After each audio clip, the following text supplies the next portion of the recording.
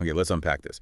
You hear about cyber attacks all the time. Yeah. What truly struck me from our sources here is how quickly something digital hitting a giant like Jaguar Land Rover Yeah, can just cascade into this, well, very real, very physical crisis. absolutely. And what's fascinating here, or perhaps alarming, isn't just the attack itself. It really highlights the digital nervous system of modern manufacturing, how connected it all is. And fragile. And fragile, exactly.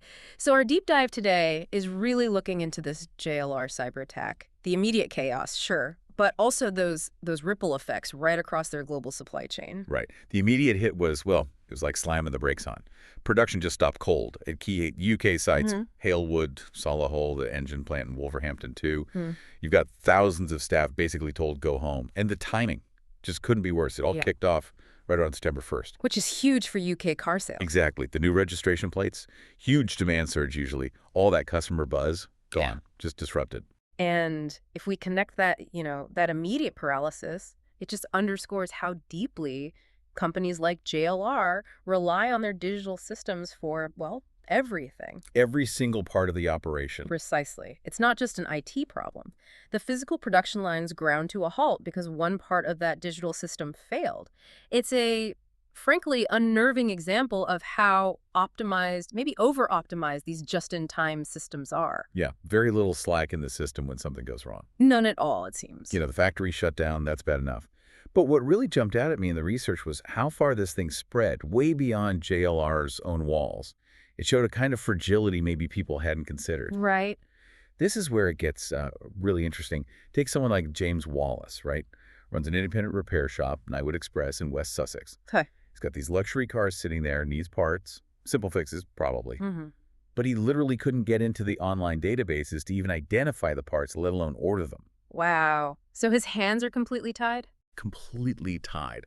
Cars idle, customers waiting, just because the system somewhere else is offline. That's real frustration. And that reach, that paralysis, it wasn't just local, it went global. We saw reports about specialists like Alan Howard way over in Tasmania, Australia. Tasmania, right? He uses the exact same JLR system as a dealer in, say, London. Wow. Same problem. No access, everyone scrambling, trying to find workarounds with maybe third-party parts if they could.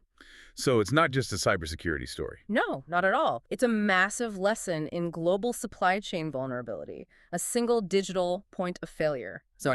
Paralyze a worldwide network. Every independent garage suddenly becomes a bottleneck. Which naturally makes you ask, who did this? Who was behind such a crippling attack? Well, a group calling itself Scattered Lapsus Hunters claimed it pretty quickly. Yeah, they had proof. Oh, yeah. They released screenshots, internal logs, even troubleshooting guides, things like that. Oof. That's like finding the blueprints. Exactly. It shows just how deep they got into JLR's core operational systems, not just scratching the surface. So more than just grabbing data, potentially. Yeah. Potentially, yes. This level of access often points towards compromising those core systems, ERP, supply chain management, the things that actually run the business day to day. Okay. Now, JLR, to be clear, they've confirmed an investigation is happening, and they stated, importantly, there's no evidence at this stage of personal customer data being breached. Right. That's a key distinction. It is. Because data theft is one kind of problem finds, reputation damage. But this kind of operational disruption, it hits revenue, production, customer trust immediately. Sometimes it's even more damaging, at least in the short term. And the context here makes it even tougher for JLR. Mm. They're owned by Tata Motors, right? Yes. And they'd only recently signed this huge $800 million deal with Tata Consultancy Services, specifically for cybersecurity and IT upgrades. Talk about bad timing. Right. To get hit like this, right after that investment, and while they were already facing, weaker profits and rising costs, it turns a security lapse into a major strategic headache. It really does. And it demonstrates pretty starkly, I think, that even throwing significant money at cybersecurity doesn't make you invincible. No guarantees. None. The threat landscape just keeps evolving. It shows the trade-off, doesn't it? Yeah. We optimize for efficiency for these lean systems, but maybe we sacrifice resilience along the way.